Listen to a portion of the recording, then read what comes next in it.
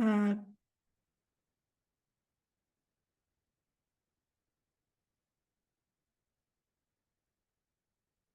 Good morning, everyone, and welcome to the launch webinar for STARLIGHT 2.0. I am Nino Ceratelli. I'm a program coordinator for STARLIGHT and at Democracy Reporting International, and we are working closely with our partners in this project, Hertie School and the Hungarian Helsinki Committee.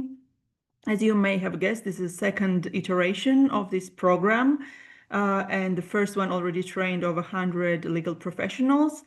In this iteration, our aim is also to strengthen the use of the Charter of Fundamental Rights through equipping legal professionals with tools and confidence to use the Charter and to essentially push for the legal and policy change. This program is also supported by the EU's Citizens, Equality, Rights and Values program, or SERVE program. The program will run until July 2027.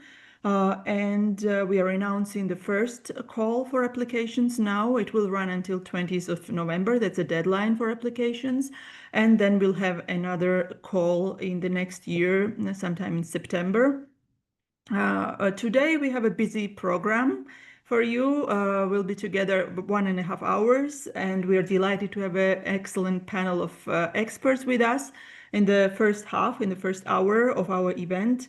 And we could probably easily spend an hour speaking with each one of our speakers, but you will also meet them in the future as part of this program as well. And then in the second half of our webinar, we will be having a presentation of the program. Hertie School colleagues will present it for you, and then we will also answer the questions that you might have. You'll also have a possibility to ask questions at the end of the first part.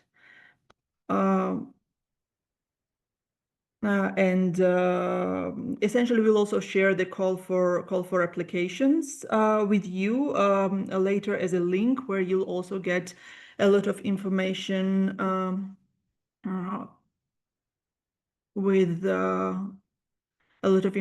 about the call. I'm not sure, and my colleague is telling me that we might have had a technical issue with the first part of our presentation. Not sure about that, but I believe that the recording will be also available later on. So you will be able to listen through this. So just to repeat, we'll have 1.5 hours, and the first hour will be dedicated to the expert discussion, and you will be able to answer questions. And in the second half, we'll have the presentation of the program, and also we'll share the link with you with all the necessary details, with the timelines, with the elements of the program, and also with who can apply and what documents you need to submit. We'll also share with you the EU survey on justice, rights and values. We would very much appreciate if you fill in this survey. And of course, the session, as I mentioned, will be recorded and later shared with you together with some of the key takeaways of the seminar. Now I'd like to hand it over to Marta Pardavi, the co-chair of the Hungarian Helsinki Committee and steering committee member for STARLIGHT 2.0, for her introductory remarks. The floor is yours, Marta. Good morning, everyone, and warm greetings from the Hungarian Helsinki Committee in Budapest. My name is Marta Pardavi, and I extend an enthusiastic welcome from all of our team in Budapest, but also with our partners, Democracy Reporting International and the Hertie School in Berlin. It's a real pleasure to be here. And I have to say, to be here again, because STARLIGHT is now in its second edition. And I wanted to give you an idea of what this is about, how it came about, why we are embarking with a lot of energy on this challenge of training another huge group of legal professionals from around Europe on the Fundamental Rights Charter. When back in the day, when with the Hertie School, the Hungarian Helsinki Committee embarked on the previous edition and the first edition of Starlight 1, we had one goal in mind, that legal professionals around Europe, then focusing on Southern and Central Eastern Europe, are confronted with a lot of challenges when they want to protect and advance fundamental rights and the rule of law. And these challenges are getting more and more profound only by working together, by meeting and gaining knowledge, and also about gaining knowledge not only about the substantive legal norms, but about how to best apply them. Can we embark on a journey of strengthening our efforts? And so this was how we embarked on Starlight 1. And I'm very happy, together with our partners, that we can continue this journey now with new funding from the SERVE program, and now have 2 years, two 1-year-long training programs ahead of us where we can invite and train European legal professionals on how to best use the Charter to advance rights, particularly in the field of migration and asylum, and also on the rule of law. And this is because when I think about our work in Budapest, and my colleagues will tell you more about it, we have seen how litigation and strategic litigation has become an increasingly important tool. For a very long time, as any other human rights organization around Europe or the world, we also in Budapest have been using a variety of complementary tools: research, monitoring, training, advocacy, communications, litigation, particularly in domestic courts, with a lot of clients that we assist for free in Hungary. These methods complement each other, but they're altogether coming under serious strain. And I think we have to be quite honest about that. Every human rights professional nowadays around the world is looking at ways to improve the impact of their work in a context, in an environment where they're really set up against serious challenges, serious obstacles. So beyond helping our own clients to seek and achieve justice from a strategic point of view, we're seeing litigation actually as a contribution to both protecting and advancing fundamental rights and the rule of law. And we see litigation as a way to reinforce this and advance this, to promote rights at a time when they're increasingly coming under pressure. To lawyers, this probably sounds very obvious, but for our clients, I think it is more than just a method to achieve an aim. It is a vindication. We very often hear, particularly in the Hungarian context, where people are quite aware of the democratic erosion that they're living in, that going to court and getting a ruling from a judge has extremely important value. It reinstates your rights. You claimed them, but now you are vindicated. And this is a super powerful message. And it also builds trust in institutions. So when a client says that I knew I was right, but now I have the court confirming it, it puts back a little bit of the trust that is eroding in public institutions. And so at the same time, this brings us to, of course, the reality that litigation also tests the strength of these institutions that are meant to protect and advance rights and rule of law. And we see these tests, these challenges increasingly around Europe. It is not only the substance of rights and the substance of rule of law that is coming under challenge, it is courts themselves, increasingly, both in the court in Luxembourg, the Court of Justice, but also the court in Strasbourg, the European Court of Human Rights, is getting increasingly attacked.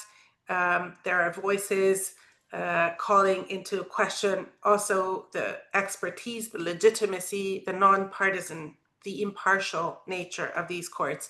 And I think it's our role to ensure that courts work to advance and protect rights, but courts themselves are protected. And so this is why we are yes, it is with great pleasure that we take on the Starlight Challenge again. In Starlight 2, we want to also get other legal professionals to embark on a journey of learning and becoming enthusiastic about applying EU law to protect fundamental rights and the rule of law. This will help us advance a set of arguments and legal standards and bring together a community of learning to strengthen these core European values. So as we search for these new tools, new avenues to ensure that even amid the attacks, we can stand together, stand by our clients, stand by the institutions, stand by the core European values, we will be working together with policy makers, with practitioners, legal professionals, academics. And this is the Starlight offer to you, prospective participants. As we come together with the three partners, we bring together policy work, academic expertise, practitioner experience, and we hope to offer something that will be an intensive but very valuable experience for all of you. So with this, we look forward to contributing again. My colleagues will tell you more about how we will do that, but we are quite convinced that this project will also help many other professionals, legal professionals working with civil society or at law firms or at national human rights institutions, realize that there is, amid the clear challenges, there's a lot we can learn, and EU law and the Charter of Fundamental Rights is a great ally and asset in this endeavor. So we look forward to working with you. Thank you. Back to you, Nino. Thank you, Marta, for your introductory remarks. We are definitely very excited to have with this program, another 88 European litigators and advocates of human rights joining our network that already exists with the first iteration. And now I'd like to give floor to Professor Violeta Moreno-Lax. She's the director of the Heritage School Center for Fundamental Rights and a leading expert on migration and human rights. I wanted to ask you also, on the one hand, feel free to tell us about the work that you do at the center and how it would inform the projects like Starlight, but also based on your expertise in this area of migration. So I was wondering, what is your reflection on the challenges in using the Charter in this area of asylum and migration, which is one of our two key thematic areas in the program?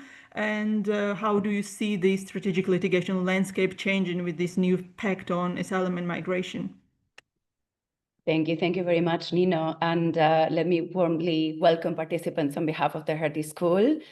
For those who do not know the Heritage School is a school of governance at the heart of Berlin, offering interdisciplinary postgraduate education in public policy, international affairs, executive leadership, as well as doctoral programs in English to a select group of students coming from all over Europe and the world. And the school has 5 centers of excellence that are at the forefront of research, public engagement, and policy impact in their respective areas of specialization. And among these, we have 2, the Jacques Delors Center on European Governance and the Center for Fundamental Rights that I represent. And the Starlight program sits at the intersection between the 2, which allows us to exploit the synergies between them. And it's going to happen for a second time with this second iteration of the course. So I'm delighted to contribute to the program with my academic input stemming from our research in these 2 domains. And coming to your question and whether the Charter's full potential has been realized in the context of EU asylum, borders, and migration, Nino, I think this is really at the heart of what we will be discussing during the program. The Charter has the potential, as Marta was saying, to support the effective realization not only of fundamental rights, but also of the other founding principles of the European Union. And this includes democracy, equality, solidarity, and the rule of law across policy fields, so including in relation to asylum, borders, and migration. But we're going to see that although advocates have used the Charter and invoked it in this domain, results have been uneven. There have been cases on the right to be heard, the principle of non-refoulement, the right to asylum, the prohibition of ill treatment, the right to an effective remedy, that have come to thicken the fundamental rights acquis of the European Union, but again, with varying degrees of success. In fact, strategic litigation can be defined in many different ways.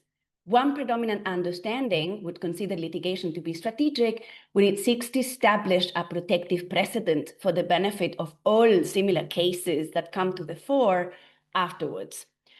So it is a form of litigation that pursues the common good, as Marta was saying, the common good of similarly positioned applicants, producing outcomes beyond the specific case. These cases interpret the scope of rights or determine that such and such state intervention constitutes a violation and it is unlawful thereafter.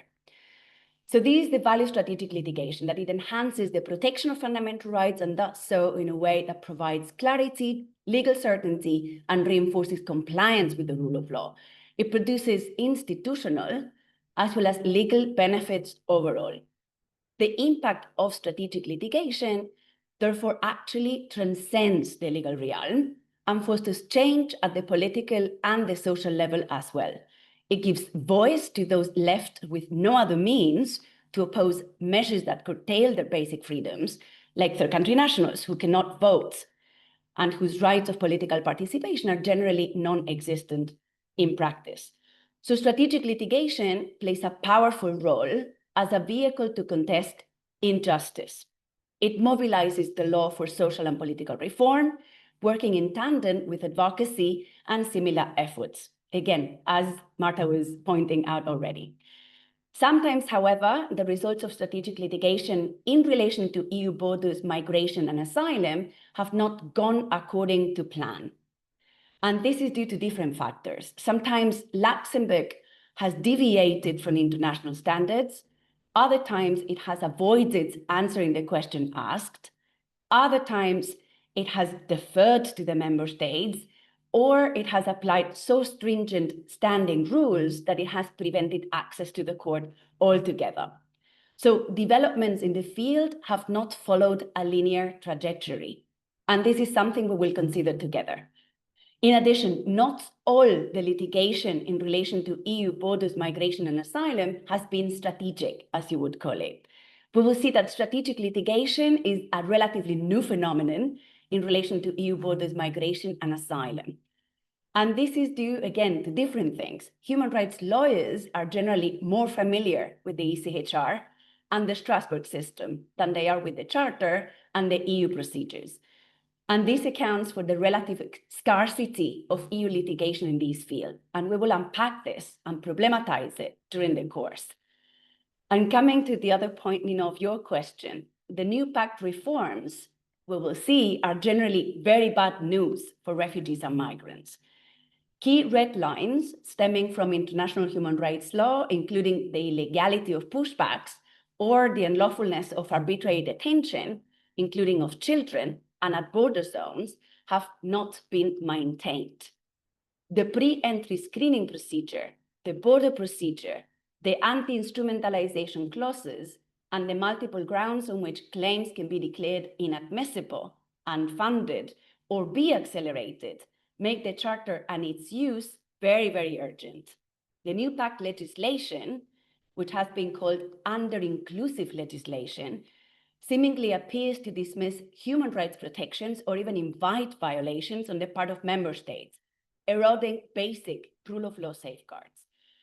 This is why the constitutionalization of EU borders, migration, and asylum law through the Charter and via strategic litigation on this regard would be very helpful to confront and possibly revert this trend. The hierarchy of sources in EU law should help in this endeavor and assist us to avoid a race to the bottom in the level of protection offered to third country nationals under the new pact. However, we will see that there are serious practical and legal risks as well. If claimants are denied the right to enter or have their effective remedy guarantees curtailed, for instance, by not being allowed to remain in the territory of the member state concerned during the examination of an appeal, access to legal assistance and effective judicial protection will be very complicated.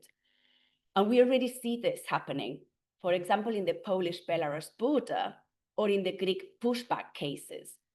When claimants are returned to a third country before their claims have been adjudicated, the risks of both exposure to ill treatment and the breach of their right to an effective remedy are very high.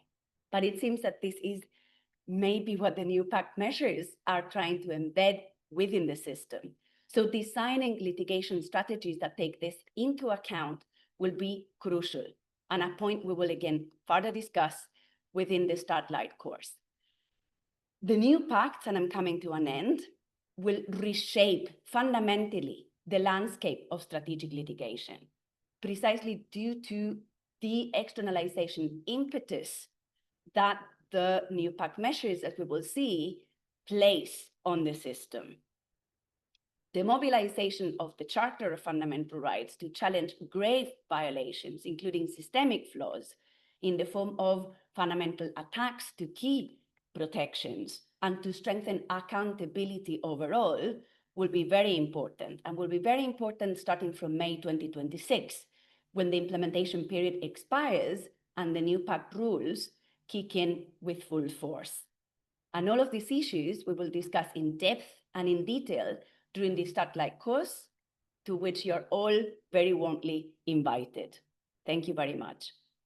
Thank you so much, Violetta, for covering some of these challenges and how we could potentially help our participants in the course to really confront these challenges most effectively, relying on the Charter. And now I'd like to give a floor to our next speaker, Professor John Moraine, who is the professor of Law and Politics at the University of Groningen and Vice Chair of the UN Fundamental Rights Agency Scientific Committee. John, my question is along the similar lines. So why does, in your view, strategic litigation matter in protecting the EU values, democracy, and rule of law and fundamental rights? And how can the Charter be used more effectively in strategic litigation and beyond? Thank you so much, and warm greetings from Rome. It's always a pleasure to be in the company of all of you at the Hungarian Helsinki Committee, Democracy Reporting International, and of course also HERTI. So I want to talk about this question. When you, like me, worry about how democracy and the rule of law can be protected, why should you educate yourself about strategic litigation, and why is STARLIGHT 2.0 your go-to program? And to do this, I want to divide my talk into two parts, zooming out before zooming back in. I will first say something about the strategy bit of strategic litigation, just like my predecessor. And then I will address the litigation bit of strategic litigation and the way the Charter can play a role, specifically for democracy and rule of law. The first is often forgotten, this zooming out, but I think it's actually far more important. And for the second, you need to realize that Charter litigation is specific to the peculiar EU setting, with limited standing for individuals, and that you can and will only win when better prepared than often much better resourced opponents. So that's the layout. Let's start with point one, strategy. And I'm saying this a little bit tongue-in-cheek because I'm a lawyer, but let me just put this to you. There are way too many lawyers in the world of protecting democracy and the rule of law. And lawyers tend to not think clearly of what the policy problem is precisely, nor of what the effects of a winning court could be beyond it. Particularly, lawyers tend to think of law as some be-all and end-all, the hammer to confront every nail. In doing so, they confuse method with goal and means with end. However, in the real world, as my colleague Laurent Persch often says, law is only a method and a means, not a goal or an end in itself. So in advocacy, you need to always stand back first and reflect on the scope of the problem and how best to address it. Non-technical common sense is typically a good starting point here. For example, ask yourself, can the EU be expected to be or remain a club of democracies and itself be governed by democratic principles, and yet not have a common standard for free and fair elections to compete in elections in each of the component member states? Can you have a community governed by rule of law, or even more generally governed by law, without independent and impartial judges at every level? And how does judicial independence relate to the EU accountancy principle of sound financial management? And is something lost when you approach rule of law concerns from that angle only? Or in Violetta's field, is no one a sustainable and acceptable answer to the question of who is responsible and who is accountable when thousands of people drown a year in the context of EU migration policy? That is the level where you ask questions and define your focus area and advocacy agenda.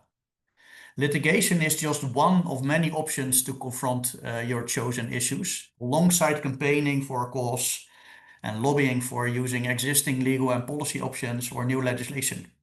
Litigation has advantages, disadvantages, and specificities. You can have a genuine debate without getting to the law just yet. For example, would having an EU-wide definition of free and fair national elections actually have disadvantages too? Would it risk a race to the bottom rather than ratcheting up? Is it better to lobby for legislation first or to try and develop case law? Reasonable people, including non-lawyers, might disagree. That is strategy. And strategy should come before litigation. If you have settled on a policy focus and you think that on balance, trying to push the envelope through litigation is an optimal solution, then you need to equip yourself to win. And to equip yourself to win, you need STARLIGHT 2.0, which brings me to my second point, litigation.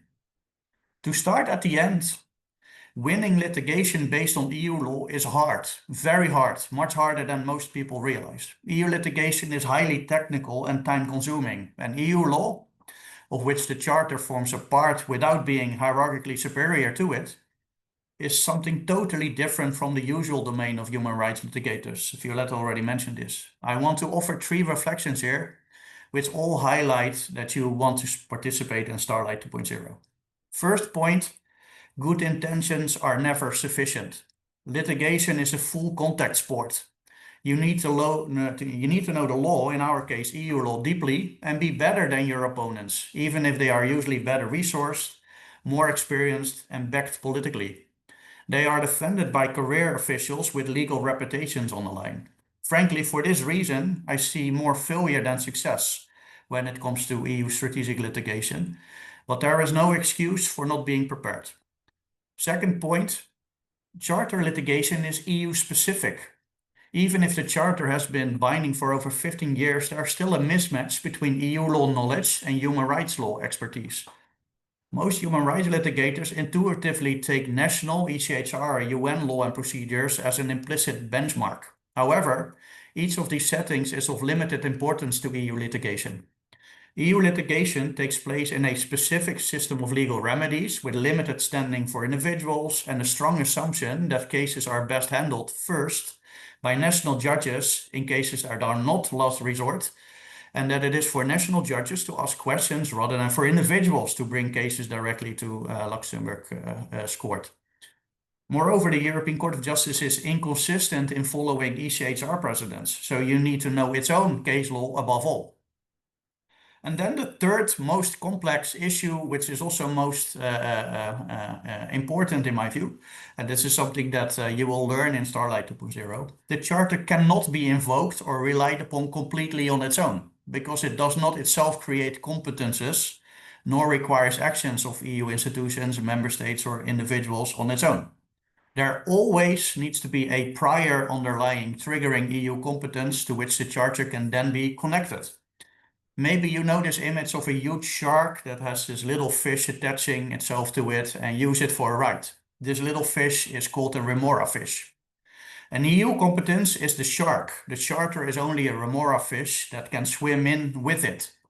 That triggering competence is almost never animated mainly by human rights concerns. So you need to get your head around making a case about, for example, media freedom based on internal market freedoms, or a case about the closing of a university from the angle of the freedom of establishment. This is not a design flaw of Charter litigation, it's its main characteristics. But of course, nothing prevents you, and we will be discussing this in STARLIGHT 2.0, from arguing for a reinterpretation of an EU competence, for a reinterpretation of the shark itself. I'm coming to an end, using litigation for charter consistent purposes and winning in a way that is strategic in the sense that a winning court has comparative advantages over other methods is very hard. But it works well and it can be very consequential because the EU is still, above all, a community of law, and the Charter is a source of primary law. That is why you should all enroll in STARLIGHT 2.0, because we need more brain power to put the Charter to use. Thanks. Thank you so much, John. It's a good kind of taster of what they will, our participants will get throughout the program. And thanks for kind of this sobering kind of introduction into this in terms of how to approach strategy and how to approach litigation. And now with this, we'll move to our next speaker. We'll have 3 practitioners on our panel that have extensive experience in litigation and advocacy, and they will be reflecting on the use of the Charter. So our next speaker is Gruša Matevžič, who is a senior legal officer in refugee program at Hungarian Helsinki Committee and also coordinating the work of the strategic litigation team. So Gruša, I was wondering if you could share with us your experience of using the Charter or cases where the Charter-based argumentation was actually helpful, and how do you think we could use the Charter better in this, in your case, asylum and migration cases, but more broadly maybe also? Thank you, Nina. Welcome, everyone. So when we litigate a case in the area of asylum and migration at the Hungarian Helsinki Committee, we refer to the Charter whenever we can. We have to. In a country where domestic litigation and practice, where domestic legislation, and practice is breaching fundamental rights of asylum seekers and migrants, the EU law is our big ally. There are obstacles, of course, and one of the main obstacles was and still is the reluctance of the judges to refer a preliminary reference, or even to suspend a case due to a pending preliminary reference closely connected to the matter we litigate. The fact that asylum and migration matters are very political means that there is often a reluctance to even accept the relevance of the EU law in certain cases with high political implications. Finally, I would like to mention one of the biggest obstacles, which is the non-implementation of the CGU judgments. I'm sure you're all aware of the pushback judgment where the Commission had to bring Hungary back to the CGU for non-implementation, and even after the judgment imposing financial penalties in high amount for each day of non-implementation, nothing has changed. But what I find an important obstacle is also the follow-up on implementation of preliminary reference judgments, so cases that were not a result of infringement procedures started by the Commission. I'm actually not aware of Commission bringing such a case back to the CGU for non-implementation, and therefore it is on us, the litigators and the advocacy staff, to push for the implementation, which requires immense resources. I was asked to choose one case from our practice where the Charter argumentation made a difference. But to be honest, this is a very difficult decision. We have so far litigated 14 preliminary reference cases in the field of asylum and migration, and I believe most of those cases made a difference.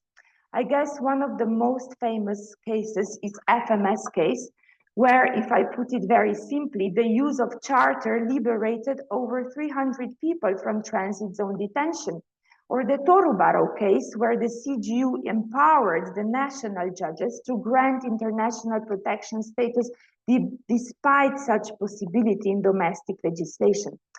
But I have talked about these cases many times, so I just feel I don't want to repeat myself now. So I would like to speak our access to classified data cases, which are well representing the implementation problem that I mentioned before. The issue is that whenever someone is declared as a risk to national security based on classified data, the person often does not get any information whatsoever why he or she is considered a risk. People can lose their residence permits, can be excluded from international protection, are detained or expelled without proper right to defense. The CGU main doctrine developed in ZZ case many years ago, so-called the essence of the ground standard, which means that a person should be given at least the essence of the reasons why he or she is considered a threat to national security, was not considered applicable in Hungary, because ZZ was about the freedom of movement directive and not about asylum or expulsion and so on, despite the fact the CGU derived the standards directly from the charter. So we had to litigate for each directive separately. First, we succeeded in the field of asylum with the GM judgment, where the CGU applied the same standards. Then we continued with residence withdrawal cases, where CGU emphasized the same standards in the NV and PQ judgment. Still not enough. We had to have another preliminary reference referred in order to achieve the applicability of the same standards in the case of expulsion, so in the scope of the return directive. But this is not all. With this set of cases, we are facing a serious implementation issue which puts at stake the primacy of the EU law and seriously undermines the rule of law. I will explain it in a more simplified way. So in order to get the essence of the reasons why someone is considered a threat to national security, the Supreme Court in Hungary jurisprudence, which did not support these standards, had to be changed. In order to do this, Hungary has a so-called uniformity procedure where the Supreme Court has to adopt a uniformity decision in order to be able to depart from its binding jurisprudence. And the Supreme Court adopted such a decision in one of the cases following the NVPQ CGU judgment. But instead of complying with the essence of the ground standard developed by the CGU, it ruled that there is no need to disclose the essence of the grounds. So clearly going against the CGU judgment. And now all the courts in Hungary follow this uniformity decision instead of applying the CGU judgment directly. Luckily, we already managed to get a preliminary reference referred questioning the compatibility of such uniformity procedure with the EU law. When it comes to the need for support, I believe in training. So Starlight-like initiatives are clearly empowering the practitioners. But what we also really need is funding. It's extremely hard to get funding for litigation. So I would wish to have more financial opportunities where we could apply as litigators. And if I can continue with this wish list, as a systemic change in Hungary, I think the most important would be to have Article 18 of the Charter to be finally applicable and respected, and for people to have access to asylum. But I would also add that the role of the Commission should be stronger when it comes to the overseeing the implementation of the CGU judgment and EU legislation. I think the Commission should be acting with the same determination in all member states when it comes to the launching of the infringement procedures in the field of asylum and migration. And finally, I was also asked to reflect on the pact. Well, in my view, I think it's going to be a lot of work for us litigators, really a lot of work. On one hand, we will continue fighting to keep existing positive CGU jurisprudence applicable despite the new pact. And on the other hand, we will be starting the new litigation based on directly applicable EU regulations. I really hope we will be able to keep up, but scarce resources and more oppressive political environment are making me worried. Thank you very much. Thank you, Grusha, for sharing the challenges that you are facing. I think it pretty much reflects challenges of litigators across Europe, but especially in countries that face systemic issues and daily struggle to ensure legal and policy change for better human rights protection. So now I'd like to give floor to Andras Lederer, who is with us despite having some cold and health issues. He is the advocacy lead at Hungarian Helsinki Committee. And I wanted to ask about your experience of really using the charter and charter-based rulings post-litigation in pushing for law and policy change in your country, in Hungary. Thank you, Nino, and thank you very much for having the opportunity to address you today. And congratulations to everyone for launching Starlight 2.0. I was part of the previous iteration, and I have to say it's an honor to be part of the conversation, and also a bit personal because, as Glusha was saying, I come from a place where the Charter of Fundamental Rights is not a distant ideal, but often the last remaining line of defense for human rights defenders. At the Hungarian Helsinki Committee, we work every day in a legal landscape where fundamental rights are eroded, usually quite slowly, almost imperceptibly, and where invoking EU law can still make the difference between silence and a chance to be heard. And that is one of the reasons why I've come to see the Charter not as an abstract document, but as a sometimes fragile, but still a form of hope. Sometimes fragile because it depends on judges and lawyers when we speak about preliminary rulings, for example, daring to use it, but hopeful because when they do, it can actually change the course of things.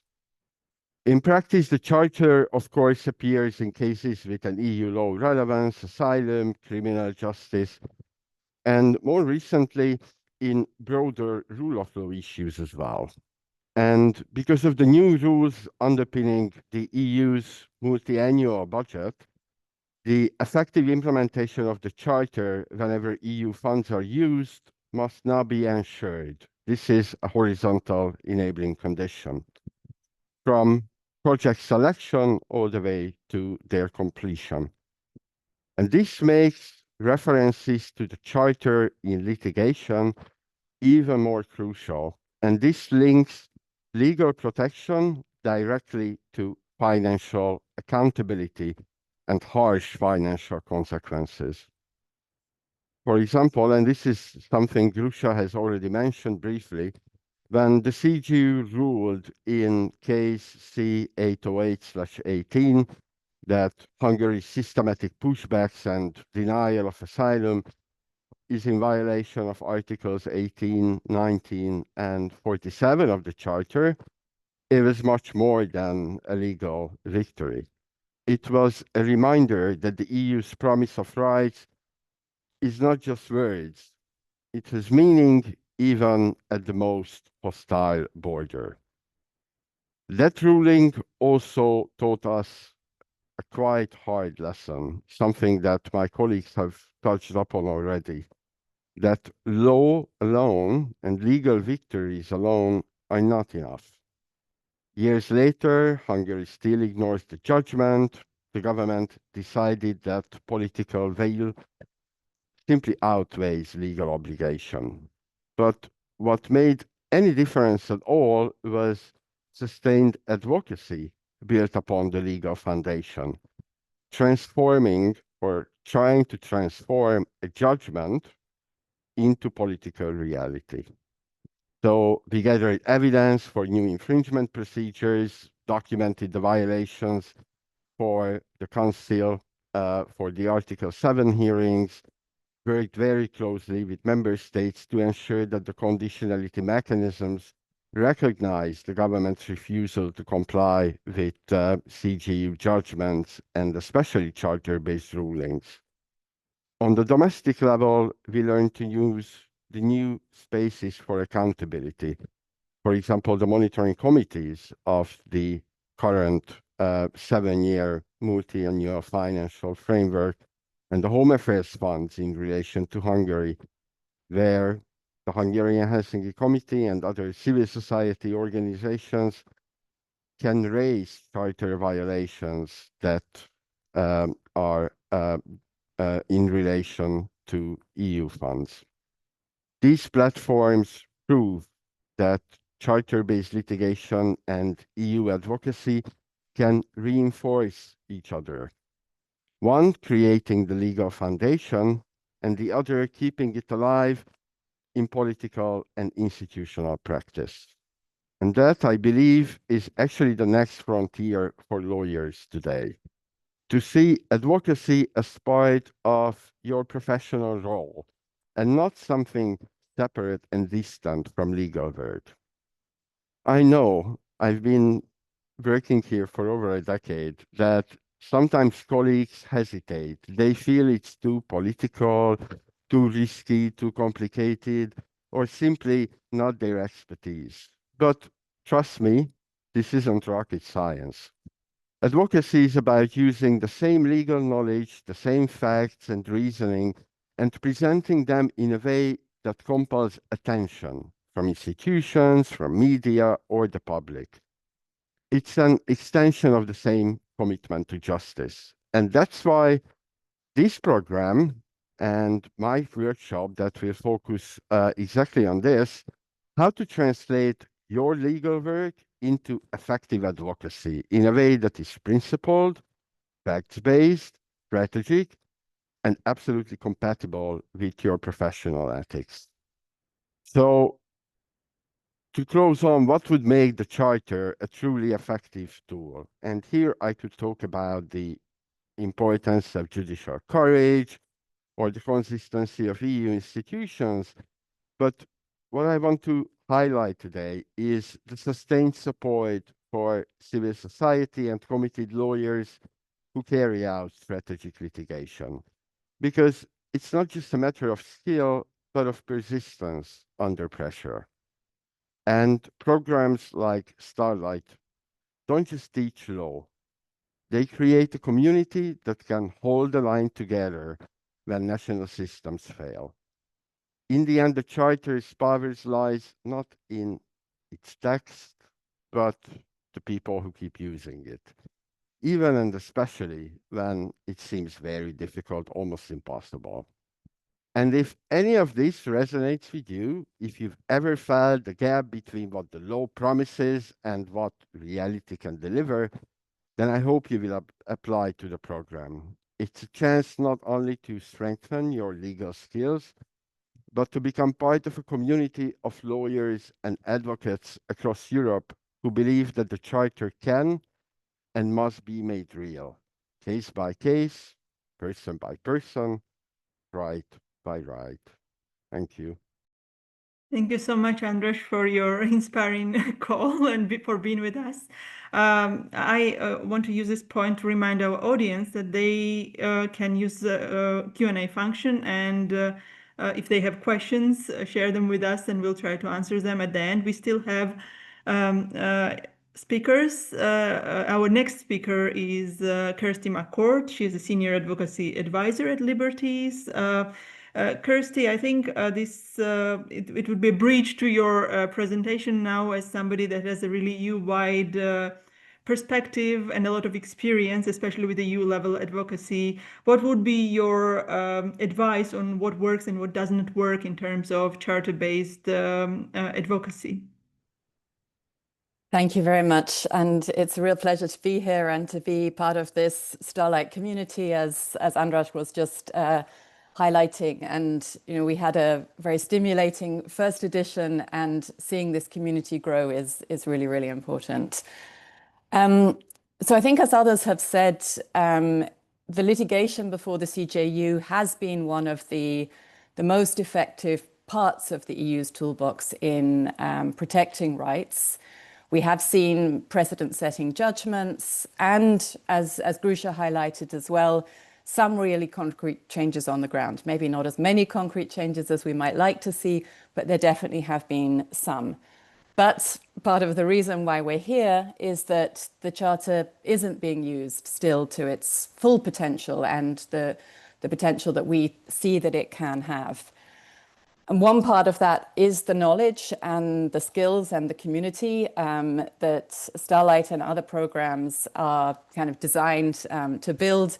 And I know that if for those of you who joined for the second edition, you will really come to love this shark and the remora fish that John talked about.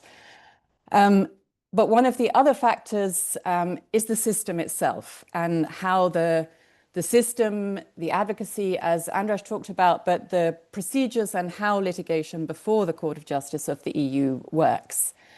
And so we were talking about advocacy in a particular case, but we're also building an advocacy around the system and how we can together improve it and see how it can work more effectively. So I'm going to briefly talk about 4 areas. One is quite closely linked to the actual procedure of the cases. And that is to really, for these rights-based cases, for the Commission and then the court, to consider expedited procedures, which has been the case in a few cases. And then to really look at using the tool of interim measures. And for us to start to think about degradation of the rule of law and fundamental rights and democracy in this whole sphere as similar to degradation of a forest, that if a forest is cut down, it takes centuries for that forest to regrow. And we've seen interim measures in cases where a forest, a protected forest, is at risk.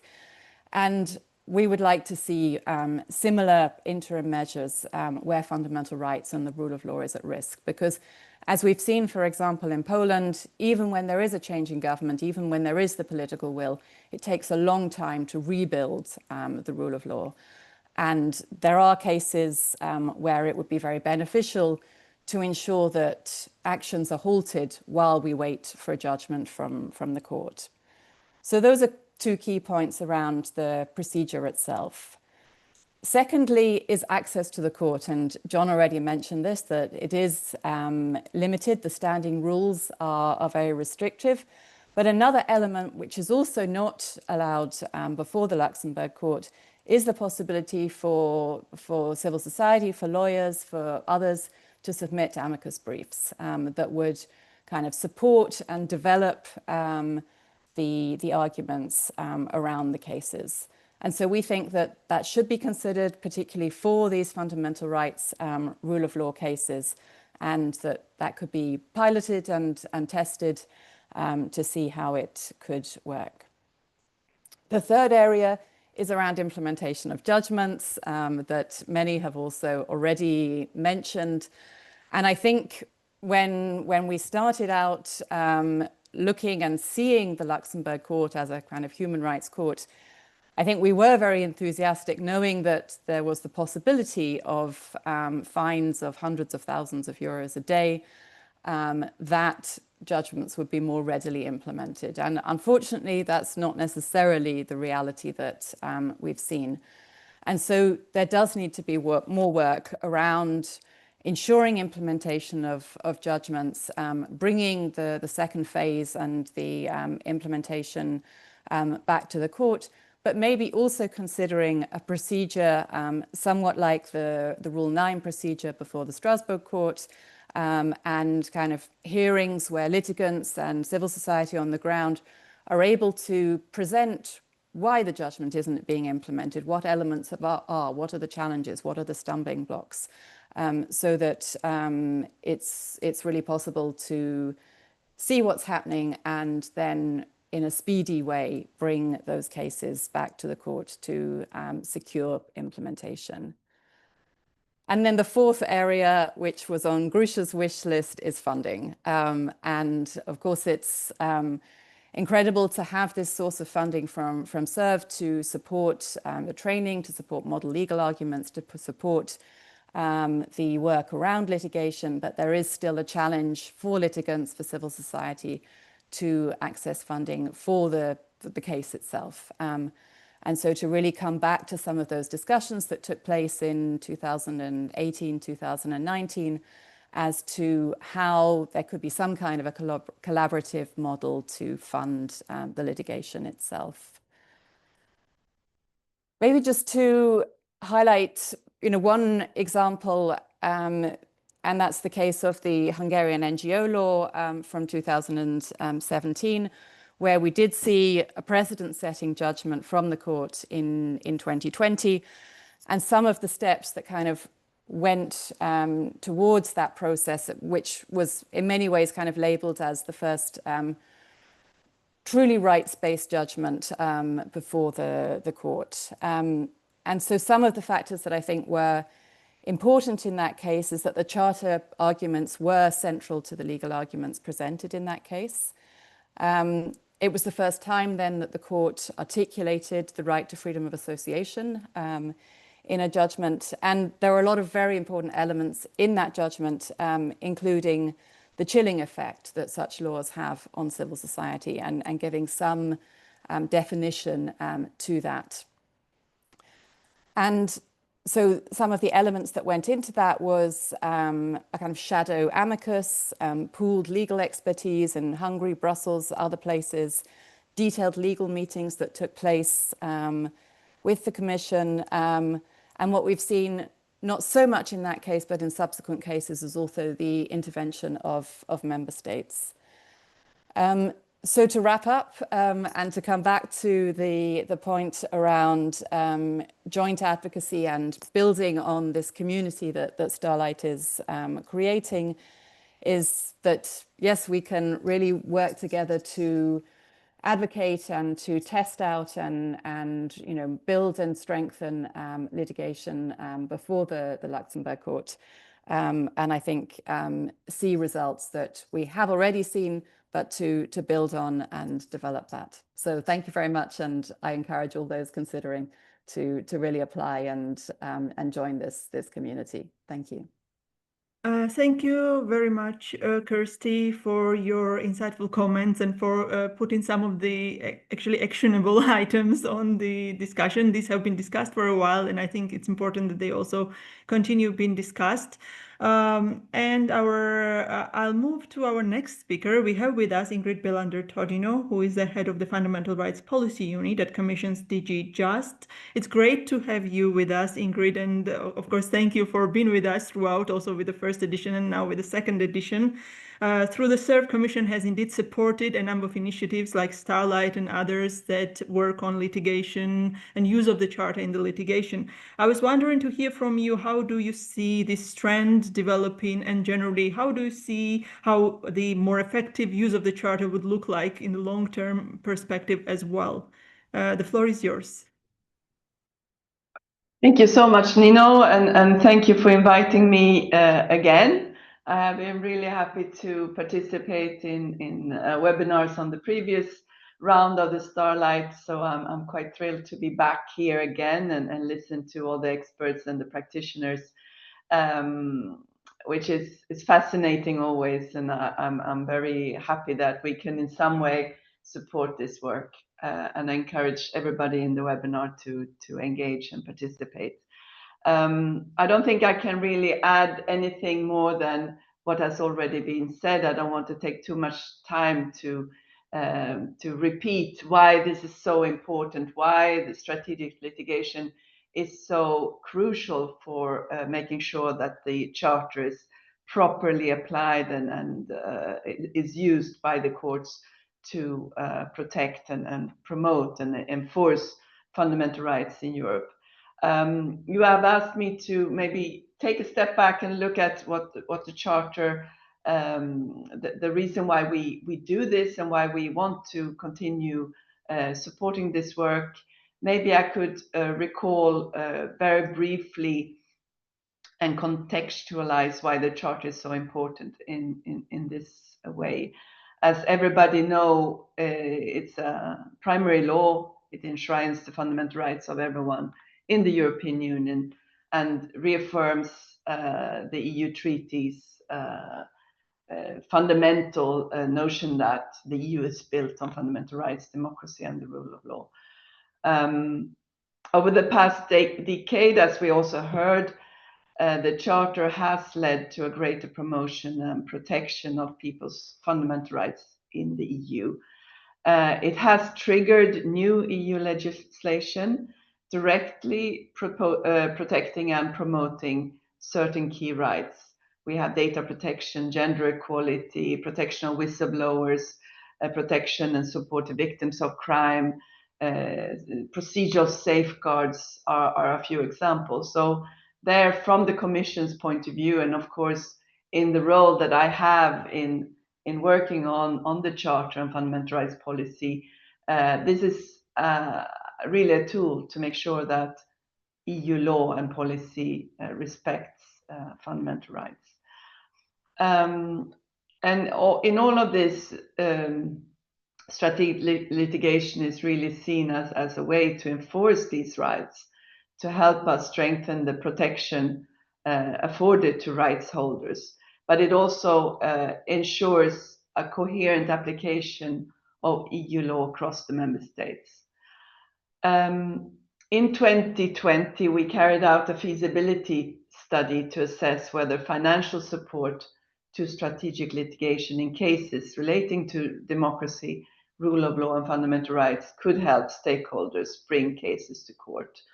That study showed that there was a need to build litigators' knowledge on the relevant EU law and procedures, which we have heard from previous speakers is really not that straightforward.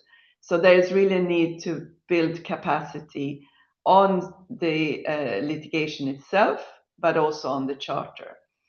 So that's why in 2020, in the strategy to strengthen the application of the Charter that the Commission presented then, 5 years ago, the Commission committed to supporting capacity building on the Charter for civil society organizations and human rights defenders. So this has been a priority under the SERV program since 2022 onwards, under a specific strand on promoting civil society organizations' awareness of the EU Charter. So this is kind of the reason why we can fund this program. Let me also take also step back on what the Commission's role itself has in applying and enforcing the Charter, and the commitments that have been taken to do so. There are, of course, legal measures and there are non-legal measures to strengthen the Charter across the EU.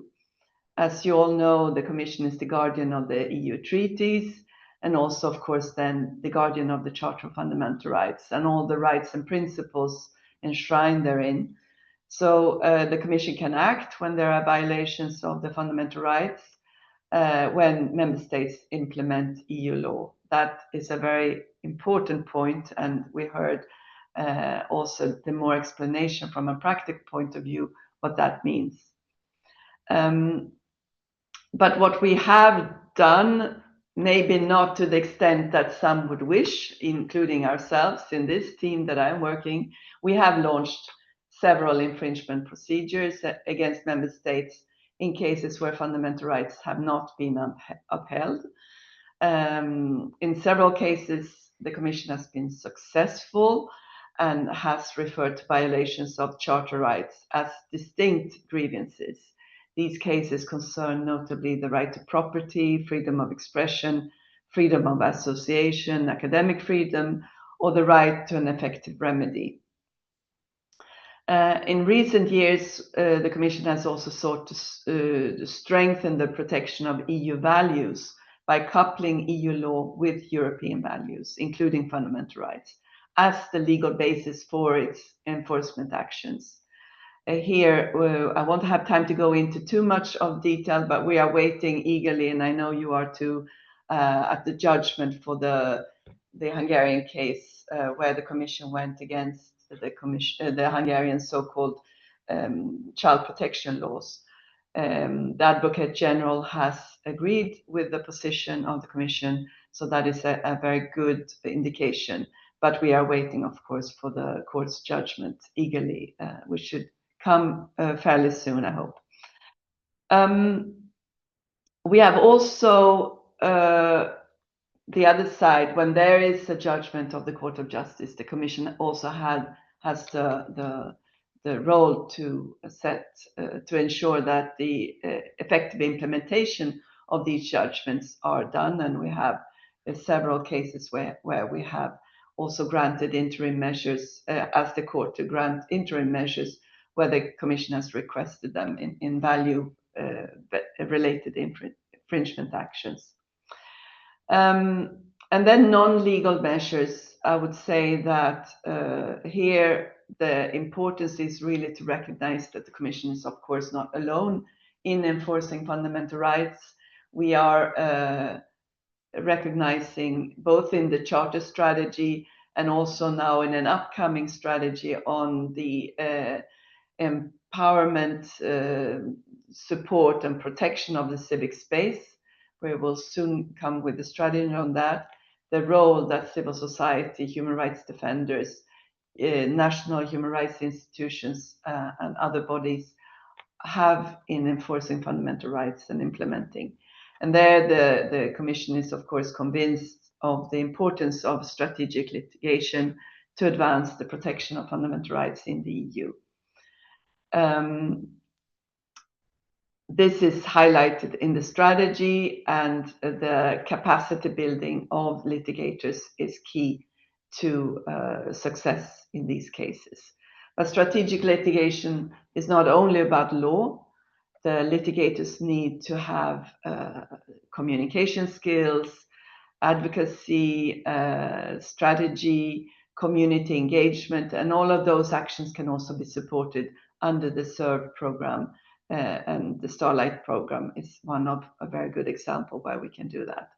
This year, the call for proposals under strategic litigation has closed and has a total allocated budget of 2.4 million euros. So we hope that we get also very good other projects in that we can continue this work. I would also like to say that in December, we will present a midterm review of the Charter strategy, which will take stock of what we have done so far under the strategy that was presented in 2020. This report that will come out as the normal annual Charter report will guide the next 5 years of work, and it will be presented hopefully in the first week of December.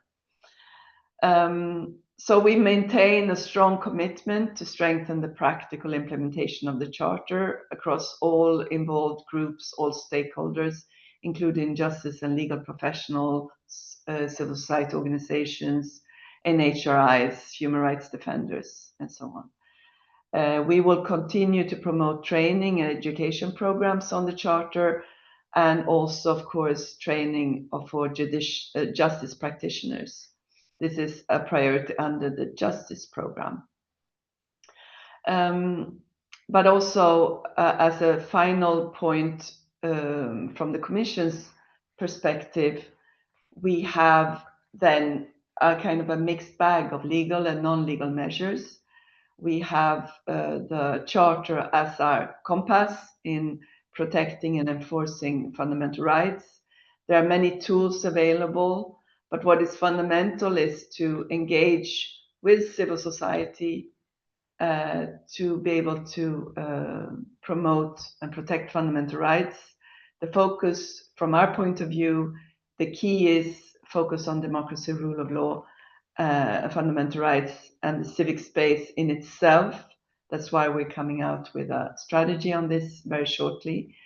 And I would really encourage you to engage in this work, continue working together in civil society, human rights defenders, the academia, the justice practitioners, because having this multidisciplinary, multi-agency, multi-professional approach, I think that is the key to be able to bring these cases forward and have a success at the courts. So thank you very much. Thank you very much, Ingrid, for your comments and kind of mapping some of the upcoming key events and reports as well. Yes, so we are crossing into into presenting the program. And before we present the program, I think it would be very helpful for our potential applicants to hear from our Starlight alumna, Zuzana Nowicka, who was part of Starlight in the first iteration, and she also works very closely and intensively on strategic litigation after the program. So she works for Helsinki Foundation for Human Rights based in Warsaw. And Zuzana, could you please share with us what was your experience with the program and also how your charter work evolved after the program? Thank you. Thank you very much. It's a pleasure to be joining you today. I'm actually joining from Luxembourg, which feels almost symbolic in a way. I would like to start with an anecdote. I've been recently to a European Law Unbound conference, LOS, in Prague, and I attended a panel on strategy litigation. And the plowman test came up, and one of the speakers said, I wonder why these NGOs even keep bringing those actions for annulment. And I, as the representative of the NGOs, I thought to myself, this is a valid question. Why do we? And why do we try to overcome the plowman test? Why do we try to convince the national courts to refer cases for preliminary reference, for preliminary judgments, if the procedure is entirely independent of any initiative of the parties, to quote the court directly? And I think it's because, although obviously the Court of Justice of the European Union is not a human rights institution per se, I'm also thinking about Alan Ross's paper from 2022. It is in practice becoming one. Think of all the seminal fundamental rights judgments delivered in recent years, like Schrems, Koman, Pancharevo, Mirin. And the EU is also increasingly legislating in areas that inevitably touch upon issues related to fundamental rights. So for that reason, it's so much easier to find an EU link, EU law link, which John mentioned earlier, and open the way to the charter-based litigation. I myself, in a recent post on Verstassung's blog, I pointed to the Article 3 of the European Media Freedom Act as a basis for such litigation. Moreover, the charter provisions are more and more common as a basis for infringement actions, and the Article 2 of the TU is being operationalized by the court. And I think that the union of values is increasingly becoming a matter of jurisprudential practice and not just a declaration.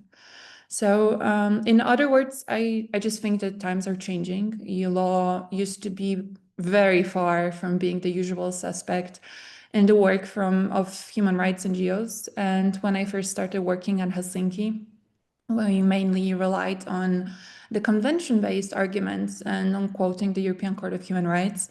And now checking if the subject matter of the case is within the scope of EU law is a common element of the preliminary analysis of a case.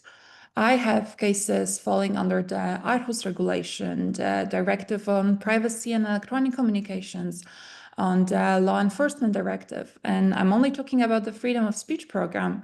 I don't think that Martin Schwed, who you all probably know very well, who has the democracy and rule of law docket, I don't think he would fit in 5 minutes. But at the same time, I've observed that Polish courts are increasingly receptive to EU law-based arguments, which I think sometimes have more grip than the ones relating to the convention. That's probably because of the primacy and the direct effect. The courts are also more willing to refer the cases to the Court of Justice for preliminary ruling, which is a surprisingly positive consequence of the rule of law crisis in Poland. The number of the preliminary references from Poland is at all-time high, although many of them relate to judicial independence. I really hope that this tendency will remain, also relating to other areas. Is the outcome of mobilizing EU law always what we hope for? Certainly not. I had a very disappointing instance of a court declining to refer to the CJU on a basis that the matter was acte éclairé, only to later rule against the CJU case law. And even after reaching the CJU doesn't always mean a success on a national level. For example, birth certificates listing same-sex parents issued abroad are still not recognized despite a court's order from, I think, 5 years ago. So going back to my question, why do we bother? And I think that the bottom line is that in this very, very uneven fight, we're fighting every tool available is worth trying out. We're clearly only unlocking the charter's full potential, to quote Starlight's motto. And I think that what seemed very unlikely a couple of years ago, the growing receptiveness of national courts to fundamental rights claim, the more pronounced stance of the CJU on fundamental rights, as well as the reverse Solange phenomenon is only now happening. And I'm not overly optimistic, but I remain hopeful, and I think I'll end on that note. Thank you so much, Susanna. And I think this is the end of our panel discussion. I would like to thank our panelists for their insightful reflections and comments and guidance for our potential participants and broader legal community that's attending. And now I'd like to give floor to our colleagues at Hertie School, Maya and Georgia, that will be presenting actually Starlight with the giving you some information about how the program looks like and who can apply, etc. The floor is yours, Maya and Georgia. Thank you. Just 1 second while we figure out our technical issues. There, perfect. Thank you so much. Hi, everyone. My name is Maya. I'm a project coordinator at the Hertie School. I have with me today my colleague, Georgia. We'll be presenting kind of the program brief, so what you can expect in the Starlight program. This is a little bit special for me because Starlight was my first program when I joined the Hertie School, so it's really nice to see it continued. So what is Starlight? Starlight is a roughly 1-year capacity building program. It's for legal practitioners in the EU. And our aim is really to teach you the skills and the knowledge of how to apply the Charter of Fundamental Rights in strategic litigation. We do this through workshops, legal clinics, and mentoring opportunities. So we have in total 2 workshops that you will attend in person in Berlin. We have online legal clinics in which you will delve into cases that you select within your groups. And then there will be mentoring opportunities for select participants.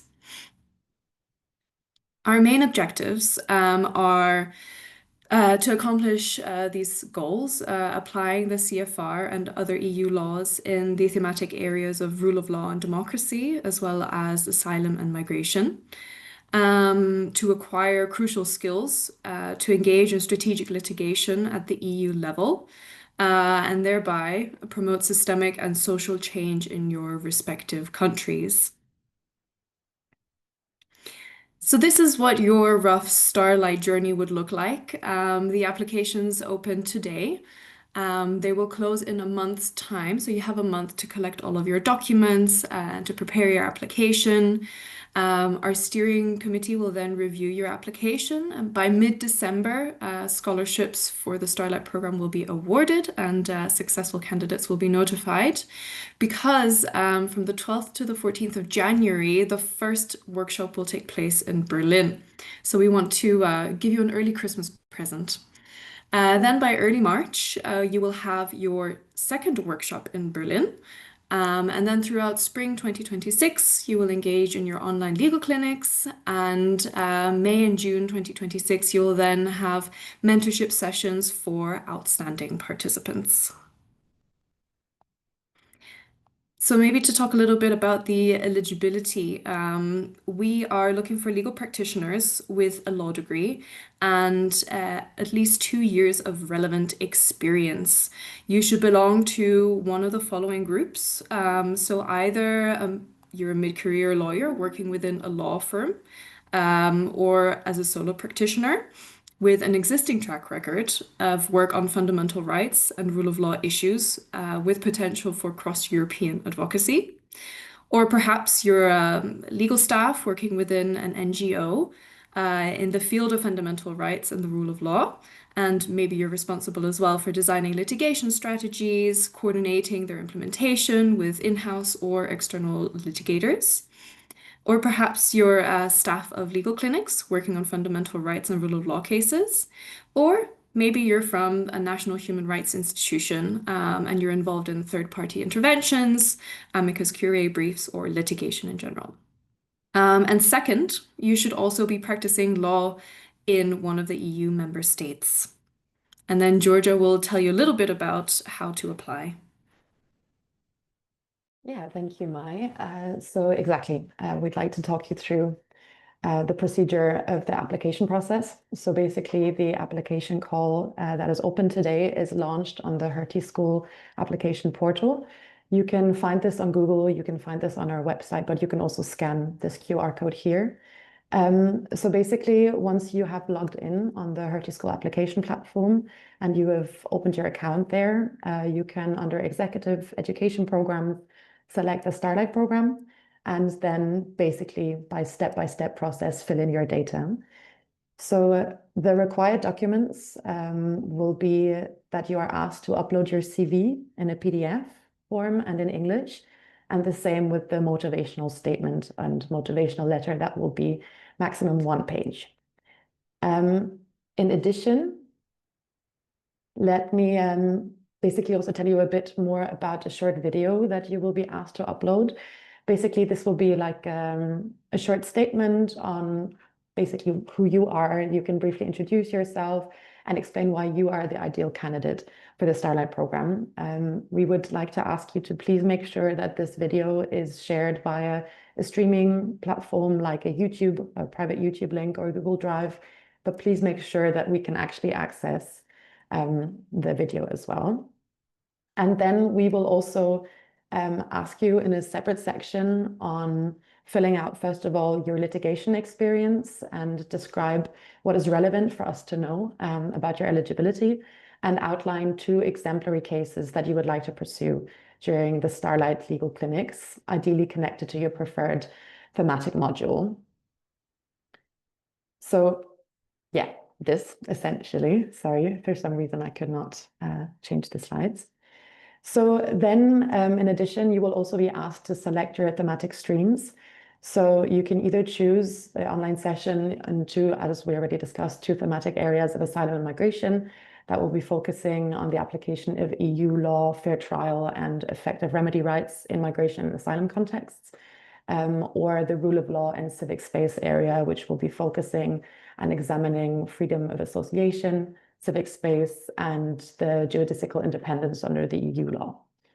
And then, in addition to this, you can also already look at the skills workshops that we will be offering in 3 different modules: in documentation and evidence, in legal advocacy, legal communication, and public relations. And then you can indicate which will be your preference, essentially. So I think now we will move over to the Q&A sessions. I see some of you have already posted your questions.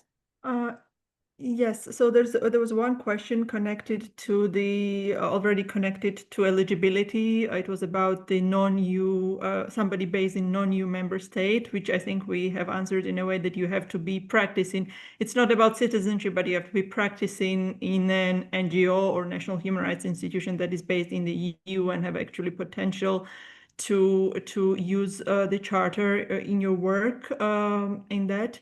So I think that answers that question. I think my colleague now will also post the link to the call for applications, which also outlines a lot of the issues that my colleagues, Maya and Georgia, have covered. So who can apply when, all the links to the website also, what are the main what are the conditions also for the scholarships that will be covering the program fees and also the accommodation fees for the 2 workshops that are in person in Berlin.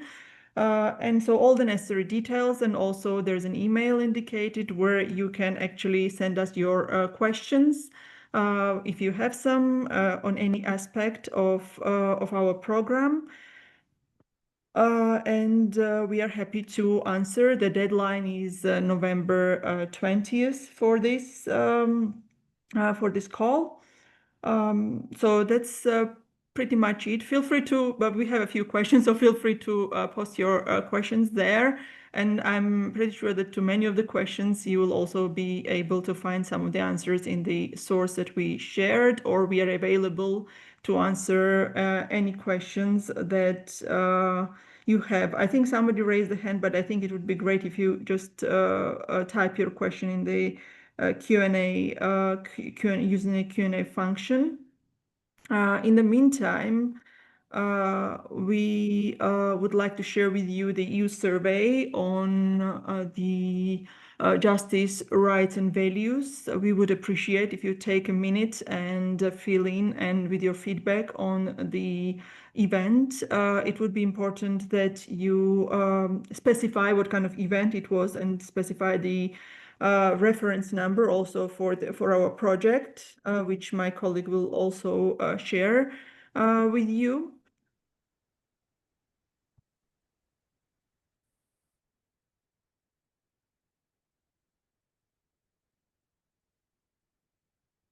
So I will see if there are any questions there. Maybe we should also mention, that we are available via email if you should think of any questions later. And I think this information is also on the website, right? It is on the website at starlight@democracyreporting.org. So if you take a look at the documents and then you have any questions about whether you are eligible, or also please keep in mind that the first seminar will already be taking place in January between, I think, 12th and 14th. So you should be, once we announce the results, you should be really available to attend in-person in-person seminar in Berlin already quite soon. So I think we got a question. So, okay, more of a reflection. But in some cases, okay, I think, yes. Thank you. So I think essentially there were some requests also for resources, and I think there's a great need also in the Q&A section, a great need for resources, which we will also factor your kind of questions and requests in that respect as we develop and move forward with the Starlight program. So I guess if there are no more questions, we'll go towards closing our webinar. And again, feel free to reach out to us with the email, and we'll also share this recording with you with some of the key takeaways as well, so that you have full information about the program and can apply smoothly and hopefully be part of our Starlight community. I'd like to thank our speakers and also my colleagues for their interventions. I'm not sure, I saw somebody raising hand. Otherwise, I think we'll close the seminar here and hope to see you in our program and as part of our community around the Starlight 2.0. Thank you very much for your attention, and goodbye. Thank you. Thank you Best very wishes much. to all. Thank you. Goodbye. But